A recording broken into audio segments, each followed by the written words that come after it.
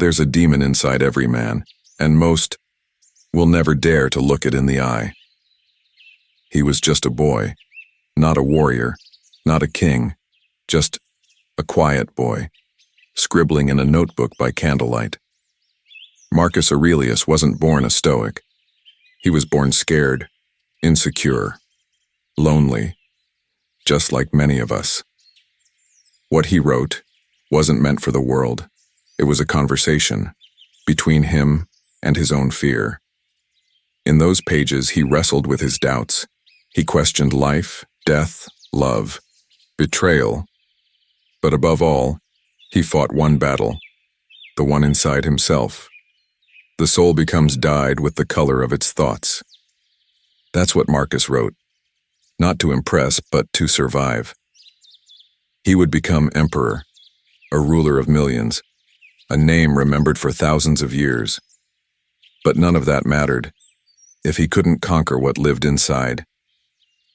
If you're a man watching this, and you've ever stared at the ceiling at 3 a.m. wondering if you've already lived your best days, wondering if anyone really sees you, wondering if the silence is permanent, then stay. Stay with me. Because what you're about to hear could change how you fight and maybe, finally, win. Let's talk about that monster, not the one in fairy tales, not the one outside, the one that lives behind your eyes, the one that whispers, "You're not enough," the one that replays every mistake, every failure, every time you let someone down. For some men, that monster speaks in anger, a sudden snap, a clenched jaw, rage that makes your kids flinch. For others, it hides in silence, a bottle, a screen, a half-finished project gathering dust in the garage. It wears many masks: regret, shame, isolation, and the deadliest of all, numbness. Stoics weren't afraid to name the monster. They knew what we ignore controls us. Seneca said it best: "We suffer more in imagination than in reality." But here's the truth: imagination, when poisoned, becomes a prison. Let me tell you about a man named John, 52, divorced, former CEO, retired early, not by choice. He had the house, the cars, the success, but one day he woke up and realized no one needed him anymore. No one called, no one asked. His name stopped mattering. He didn't fear death. He feared being forgotten, irrelevant, invisible. If you've ever felt that, if your silence has become louder than your voice, then maybe, just maybe, this story isn't about Marcus. It's about you. Stay with me, because the next few minutes will reveal why most men lose this war and how you don't have to. But Marcus Aurelius, he understood that monster. He faced it every morning, not with anger, not with denial, but with discipline. He wrote in his journal, his private journal, not to impress, but to survive. That journal became the Meditations, a lifeline for emperors and for ordinary men like us. Picture him in a candle-lit chamber, after leading armies, after making decisions that affected millions. He sits alone, pen to parchment, and writes, "You have power over your mind, not outside events. Realize this and you will find strength." He doesn't write it for show. He writes it to remind himself, because even emperors feel powerless. Maybe that's why his words live on, because they weren't written from the mountain. They were written while he was still climbing, still struggling, still human. Back to John. One night, after another, quiet dinner alone, he found a video online about Marcus. Something about that calm voice, that ancient wisdom, cut through the noise. He paused the video, rewound it, listened again. Waste no more time arguing what a good man should be. Be one. And that night, for the first time in years, John made a decision. He would stop waiting, stop regretting, and start living again, on his own terms. But it wasn't easy. The monster still waited every morning. What John did next will challenge everything you believe about strength, aging, and starting over. Stay with me, because the next 5 minutes will show you how one Stoic truth rebuilt a broken man. The next morning, John woke up before the sun, not because he had somewhere to be, but because he'd made a promise, a quiet one, to no one else but himself. He dusted off an old notebook, scribbled one line at the top. What would Marcus do today? That became his ritual.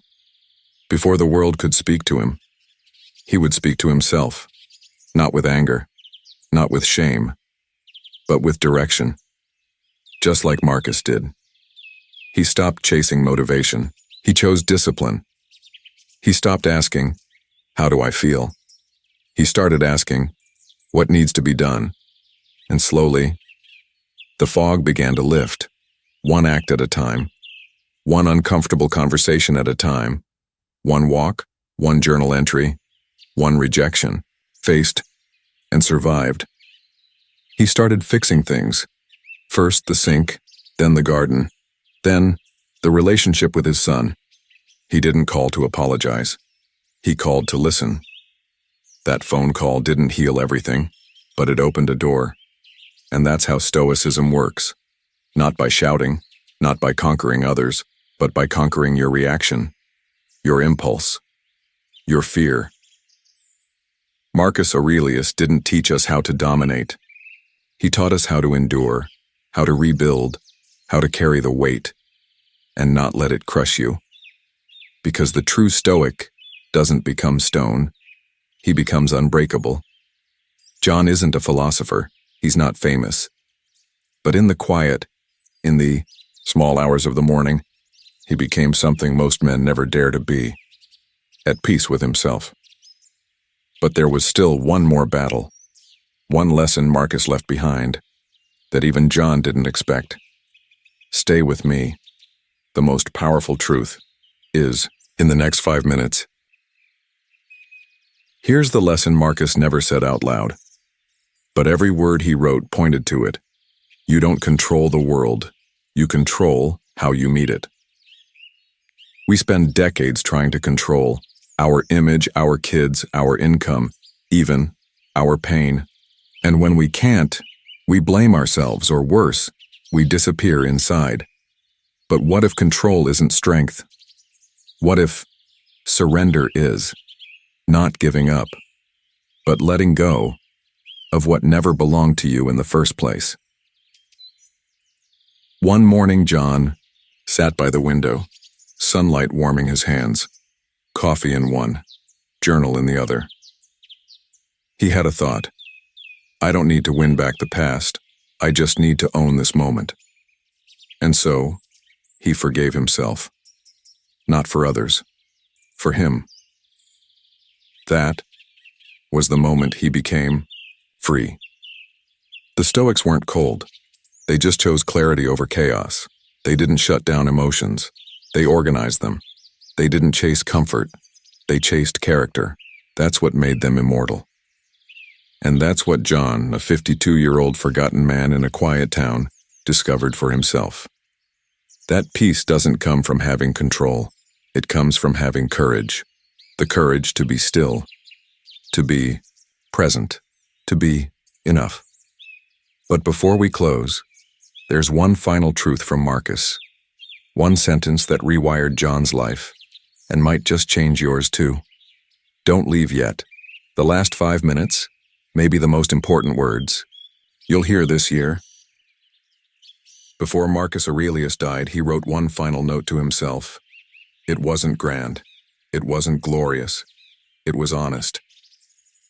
When you rise in the morning, think of what a privilege it is to be alive, to think, to enjoy, to love. John read those words every morning. The man who once feared mirrors now faced them, not to see flaws, but to remember he was still here, still standing, still worthy. That's the quiet power of Stoicism. It doesn't fix life. It doesn't erase pain. but it gives you a backbone when the world gives you silence.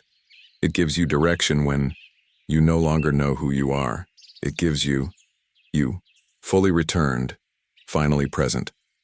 Like a lighthouse in the storm, Marcus's words stood firm. And because of them, John became more than a man. He became legacy. If this story awakened something in you, don't ignore it. Because you're not alone. You're not too late. You're not too far gone. You are a man in the making, and Stoicism is the path back to yourself.